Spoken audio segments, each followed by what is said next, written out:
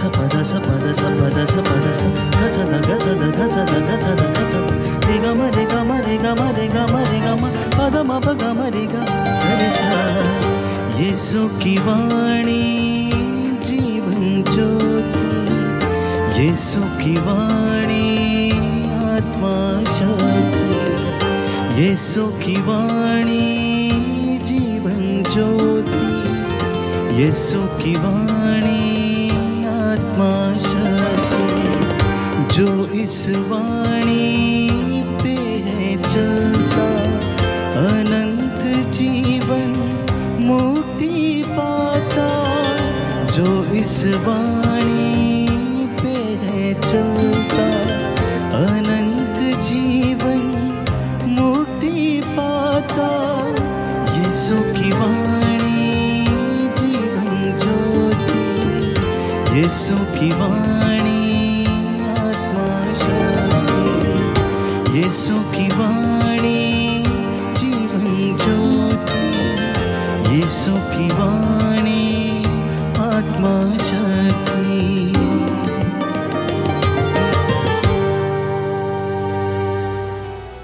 पहला पाठ कुरिन्थियों के नाम संत पौलुस का पहला पत्र, अध्याय 9, वाक्य संख्या 16 से 19, वाक्य संख्या 22 से 27। मैं सबों के लिए सब कुछ बन गया हूँ, जिससे मैं कुछ लोगों का उद्धार कर सकूं। मैं इस पर गौरव नहीं करता कि मैं सुसमाचार का प्रचार करता हूँ। मुझे तो ऐसा करने का आदेश दिया गया है। धिक्कार मुझे यदि मैं सुसमाचार का प्रचार ना करूं। यदि मैं अपनी इच्छा से यह करता तो मुझे पुरस्कार का अधिकार होता, किंतु मैं अपनी इच्छा से यह नहीं करता। जो कार्य मुझे सौंपा गया है मैं उसे पूरा करता हूँ, तो पुरस्कार का मेरा क्या दावा है? वह यह है कि मैं बिना कुछ किए सुसमाचार का प्रचार करता हूँ और सुसमाचार संबंधी अपने अधिकारों का पूरा उपयोग नहीं करता। सब लोगों से स्वतंत्र होने पर भी मैंने अपने को सबों का दास बना लिया है, जिससे मैं अधिक से अधिक लोगों का उद्धार कर सकूं। मैं दुर्बलों के लिए दुर्बल सा बन गया, जिससे मैं उनका उद्धार कर सकूं। मैं सबों के लिए सब कुछ बन गया हूँ, जिससे किसी न किसी तरह से कुछ लोगों का उद्धार कर सकूं। मैं यह सब सुसमाचार के कारण कर रहा हूँ, जिससे मैं भी उनके कृपादानों का भागी बन जाऊं। क्या आप लोग यह नहीं जानते कि अखाड़े में तो सभी प्रतियोगी दौड़ते हैं, किंतु एक को ही पुरस्कार मिलता है। आप इस प्रकार दौड़ें कि पुरस्कार प्राप्त करें। सब प्रतियोगी हर बात में संयम रखते हैं। वे नश्वर मुकुट प्राप्त करने के लिए ऐसा करते हैं, जबकि हम अनश्वर मुकुट के लिए। इसलिए मैं एक निश्चित लक्ष्य सामने रख कर दौड़ता हूँ। मैं ऐसा मुक्केबाज हूँ जो हवा में मुक्का नहीं मारता। मैं अपने शरीर को कष्ट देता हूँ और उसे वश में रखता हूँ, कहीं ऐसा न हो कि दूसरों को प्रवचन देने के बाद मैं स्वयं ठुकराया जाऊं। यह प्रभु की वाणी है। ईश्वर को धन्यवाद। प्रभु आप लोगों के साथ हो और आपकी आत्मा के साथ। संत मार्कुस के अनुसार पवित्र सुसमाचार। हे प्रभु तेरी महिमा हो। हेरोद ने यीशु की चर्चा सुनी, क्योंकि उनका नाम प्रसिद्ध हो गया था। लोग कहते थे यूहन्ना बपतिस्ता मृतकों में से जी उठा है, इसलिए वह ये महान चमत्कार दिखा रहा है। कुछ लोग कहते थे यह एलियस है। कुछ लोग कहते थे यह पुराने नबियों की तरह कोई नबी है। हेरोद ने यह सब सुनकर कहा, यह यूहन्ना ही है जिसका सिर मैंने कटवाया और जो जी उठा है।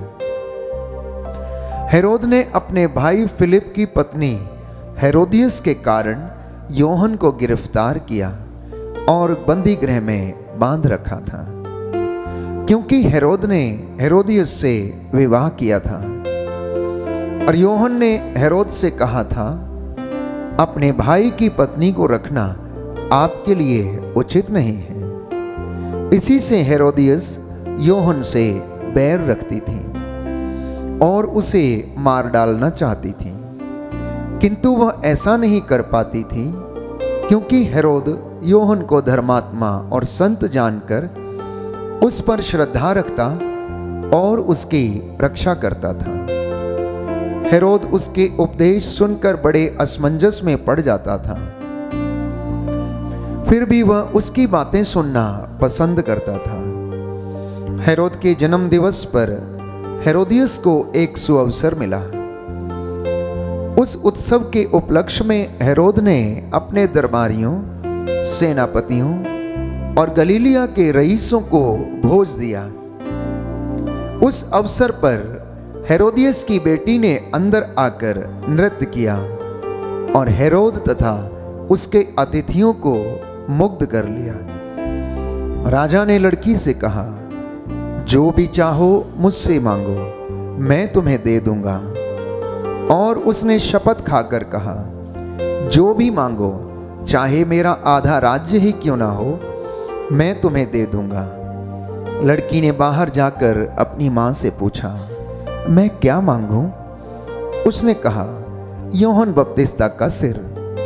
वह तुरंत राजा के पास दौड़ती हुई आई और बोली, मैं चाहती हूं कि आप मुझे इसी समय थाली में यूहन्ना बपतिस्ता का सिर दे दें। राजा को धक्का लगा, परंतु अपनी शपथ और अतिथियों के कारण वह उसकी मांग अस्वीकार करना नहीं चाहता था। राजा ने तुरंत जल्लाद को भेजकर यूहन्ना का सिर ले आने का आदेश दिया। जल्लाद ने जाकर बंदी गृह में उसका सिर काट डाला और उसे थाली में लाकर लड़की को दिया और लड़की ने उसे अपनी मां को दे दिया। जब यूहन्ना के शिष्यों को इसका पता चला तो वे आकर उसका शव ले गए और उन्होंने उसे कब्र में रख दिया। प्रभु का सुसमाचार है। हे क्रिस्त तेरी स्तुति हो। Hallelujah, hallelujah. यीशु की स्तुति हो, यीशु की स्तुति हो। यीशु को धन्यवाद, यीशु को धन्यवाद। यीशु की आराधना हो, यीशु की आराधना यीशु हो। की महिमा हो, यीशु की महिमा हो। यीशु को धन्यवाद, यीशु को धन्यवाद। प्रभु का वचन कहता है, प्रभु का वचन कहता है, यदि तुम पश्चाताप नहीं करोगे, यदि तुम पश्चाताप नहीं करोगे, तो सब के सब नष्ट हो जाओगे, नष्ट हो जाओगे। हे प्रभु यीशु, हे प्रभु यीशु, आज के वचन के द्वारा, आज के वचन के हमारा द्वारा मार्गदर्शन कीजिए, हमारा मार्गदर्शन हे कीजिए। प्रभु यीशु, हे प्रभु यीशु, आपकी इच्छा हमारे जीवन में, हमारे जीवन हमारे में, परिवार में, हमारे परिवार पूरी में हो जाए, पूरी हो जाए। Hallelujah, hallelujah. आपने कहा है, आपने कहा है, पश्चाताप का उचित फल उत्पन्न करो, उचित फल उत्पन्न करो। हे प्रभु यीशु, हे प्रभु यीशु, मुझे प्रायश्चित करने का वरदान प्रदान कीजिए, वरदान प्रदान कीजिए। Hallelujah, hallelujah, hallelujah, hallelujah. आज के पहले पाठ में प्यारे भाइयों और बहनों हमने सुना जो प्रवक्ता ग्रंथ अध्याय 47 पद संख्या 2 से 11 में हमें पढ़कर सुनाया गया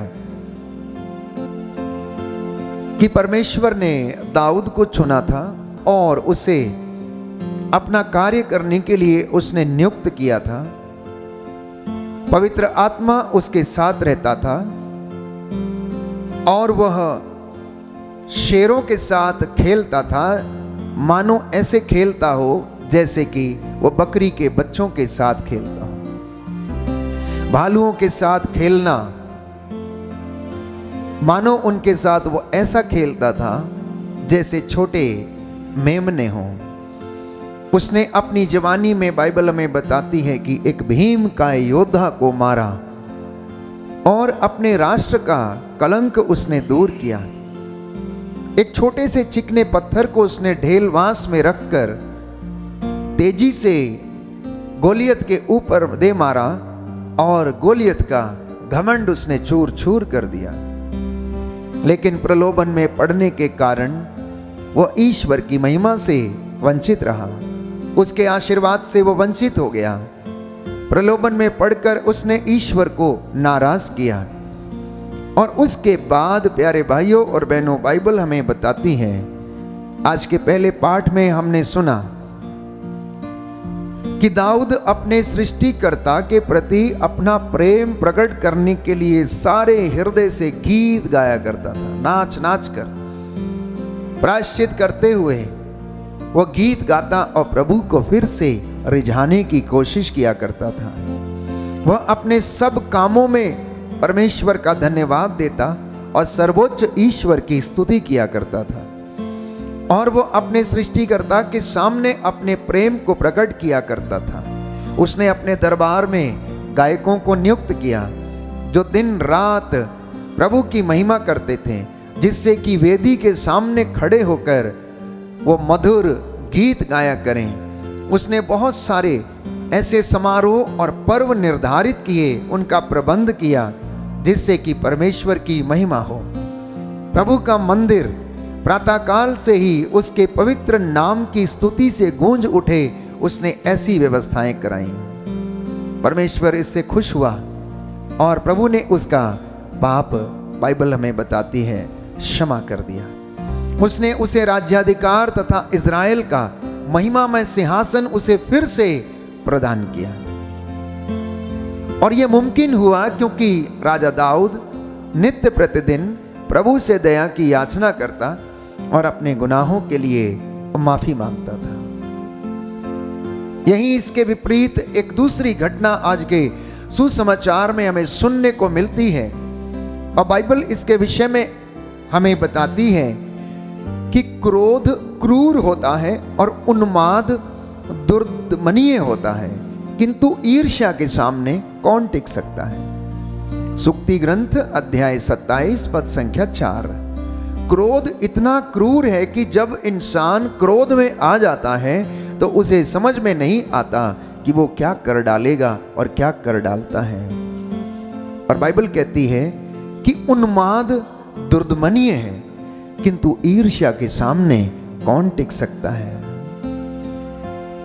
जब यूहन्ना बपतिस्ता ने राजा हेरोद के सामने सत्य बोला और उससे कहा कि तुम्हें अपने भाई फिलिप की पत्नी हेरोदियस को अपने लिए लेना उचित नहीं है, उसके साथ तुम्हारा रहना उचित नहीं है, तो उन्हें बुरा लगा। हेरोदियस को इस कदर बुरा लगा कि उसने यूहन्ना बपतिस्ता को मार डालने का षड्यंत्र बनाना शुरू कर दिया और वह उसे मार डालने के लिए नित्य प्रतिदिन यही सोचती रहती कब उसे अवसर मिले, क्योंकि ईर्ष्या एक ऐसी बुराई है जिसके कारण बाइबल हमें बताती है कि पाप इस दुनिया में आया और पाप का वेतन मृत्यु इस दुनिया में प्रवेश कर गई। शैतान की ईर्ष्या के कारण पाप इस दुनिया में आया और पाप का वेतन बाइबल कहती है कि मृत्यु है। लूसीफर परमेश्वर से ईर्ष्या करने लगा। बमुश्किल परमेश्वर ने इब्लीस को और उसके अन्य साथियों को, जो परमेश्वर से विद्रोह करने निकल पड़े थे, ईर्ष्या करने लगे थे, परमेश्वर ने स्वर्ग राज्य की सफाई की। स्वर्ग राज्य में से उन्हें निकाला और उठाकर नीचे फेंक दिया। यह सब ईर्ष्या के कारण, शैतान की ईर्ष्या के कारण ये पाप दुनिया में फैल गया। और यही ईर्ष्या आज के सुसमाचार में हम पढ़ते हैं हेरोदियस के मन में थी और उसने ऐसा विकराल रूप ले लिया कि उसने यूहन्ना बपतिस्ता की जान का सौदा कर डाला और उसका सिर कटवा डाला। इसलिए बाइबल हमें आमंत्रित करती है कि हम ईर्ष्या से बचने का पूरा पूरा प्रयास करें, क्रोध से बचने का हम पूरा पूरा प्रयास करें। हेरोद सत्य को सुनना नहीं चाहता था, हेरोदियस सत्य को सुनना नहीं चाहती थी, क्योंकि सत्य हमेशा कड़वा है। लेकिन याद रखिए, सत्य तो सत्य है, वो आज भी सत्य है, वो कल भी सत्य रहेगा और हमेशा तक सत्य ही रहेगा। उसे कोई नकार नहीं सकता है, उसे कोई झुटला नहीं सकता है। इसलिए सत्य को स्वीकार करने में ही भलाई है। एक तीसरी बात आज के सुसमाचार में हमें मिलती है कि अक्सर इंसान दूसरों की इच्छाओं के अनुसार चलने का प्रयास करता है। अब उदाहरण के लिए देखिए कि अगर किसी ने कार खरीदी है तो हम भी कार खरीदना चाहते हैं। अगर कोई व्यक्ति बड़ा काम करता है तो हमारी भी इच्छा होती है कि हम वैसा ही काम करें। अनेक बार हम लोग दूसरों की इच्छाओं पर निर्भर होकर कार्य करते हैं और हेरोदियस की बेटी ने भी ऐसा ही किया। शायद वो अपना दिमाग इस्तेमाल करती, अपनी भावनाएं इस्तेमाल करती तो मैं समझता हूं कि वो ऐसा घृणित काम ना करती। उसका पिता हेरोद,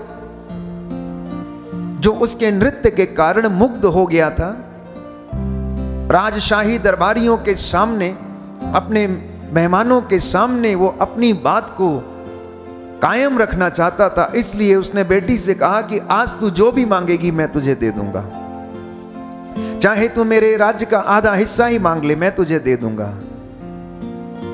लेकिन बेटी अपने आप से कुछ भी डिसाइड नहीं कर पाती है, कुछ भी सोच नहीं पाती है और वो अपनी मां के पास जाती है और मां उसे एक गलत सलाह दे देती है और वो यूहन्ना बपतिस्ता का सिर मांग लेती है। बेटी को फिर भी समझ में नहीं आता कि वो क्या मांगने के लिए जा रही है। वो एक ऐसे निर्दोष और प्रभु के नबी और चुने हुए व्यक्ति का सिर मांगने के लिए जा रही, उसकी जान मांगने के लिए जा रही है। ये खुद वो डिसाइड कर नहीं पाती है।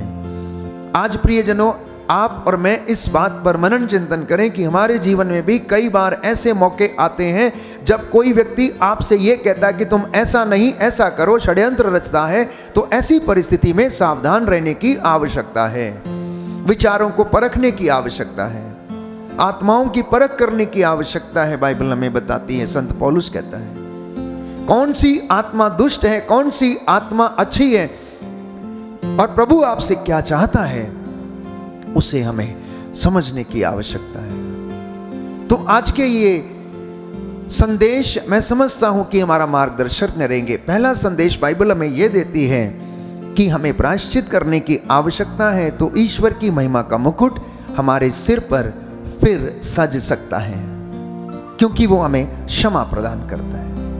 दूसरी बात यह है कि हम अपने मन में ईर्ष्या और क्रोध ना करें। इन दोनों बुराइयों से बचने का पूरा प्रयास करें क्योंकि ईर्ष्या के कारण पाप इस दुनिया में आया और पाप का वेतन मृत्यु है जो दुनिया में प्रवेश कर गई। तीसरी बात यह है, आत्माओं की परख करना सीखें कि कौन सी आत्माएं अच्छी हैं। अगर अच्छी है आत्मा तो हमसे अच्छे काम करवाएगी और अगर बुरी आत्मा है तो वो हमसे बुरे काम, षड्यंत्र के काम करवाएगी। चौथी बात यह है कि सत्य को स्वीकार करने में ही हमारी भलाई है। पांचवी बात आज के संदेश में प्रभु हमें बताना चाहता है कि हम प्रभु में रहकर मन की शांति को अपने जीवन में धारण करें क्योंकि मन की शांति शरीर को स्वास्थ्य प्रदान करती है, हड्डियों को आराम देती है। आइए हम प्रार्थना करें, आज के वचनों के द्वारा प्रभु हमें आशीष प्रदान करें। सर्वशक्तिमान ईश्वर दयालु पिता, सर्वव्यापी ज्ञानी प्रभु, हृदयों की तान लेने वाले ईश्वर, तेरे इन बच्चों को हर प्रकार की बुराई से, हर प्रकार के प्रलोभनों से बचा के रखने की कृपा कर। ईर्ष्या, क्रोध और अनेक प्रकार की दुष्ट आत्माएं जो लोगों का जीवन खराब करती हैं, नष्ट करती हैं, इनसे इन्हें बचा के रखने की कृपा कर। मैं तेरा दास तुझसे निवेदन करता हूँ, तेरे पवित्र लहू से इन तमाम लोगों को शुद्ध करने की कृपा कर। हे प्रभु यीशु, तेरा वचन इनके जीवन में पूरा हो जाए। तू पवित्र है, तेरा नाम पवित्र है। आज के वचन के द्वारा हमारा मार्गदर्शन कर, हमें तसल्ली प्रदान कर, हमारा विश्वास दृढ़ हो जाए। जितने भी लोग अपने दफ्तरों में जाने वाले हैं, इनकी सहायता कर, मार्गों में इनकी रक्षा कर। घर पहुंचते समय हे प्रभु यीशु, ये तेरे आतिथ्य का सुख भोग सके। हमारी ये प्रार्थना सुन ले हमारे उद्धारकर्ता यीशु प्रभु के द्वारा।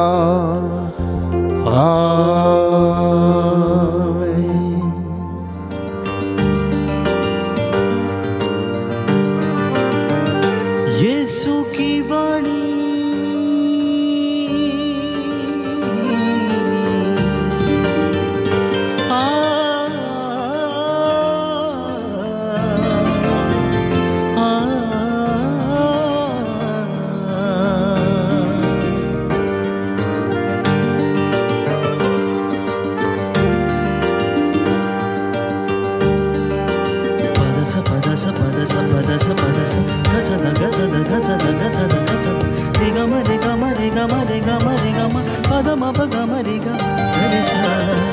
यीशु की वाणी जीवन ज्योति, यीशु की वाणी आत्मा शक्ति, यीशु की वाणी जीवन ज्योति, यीशु की वाणी आत्मा शक्ति। जो इस वाणी पे है चलता, अनंत जीवन मुक्ति पाता। जो इस वाणी पे है चलता, अनंत जीवन मुक्ति पाता।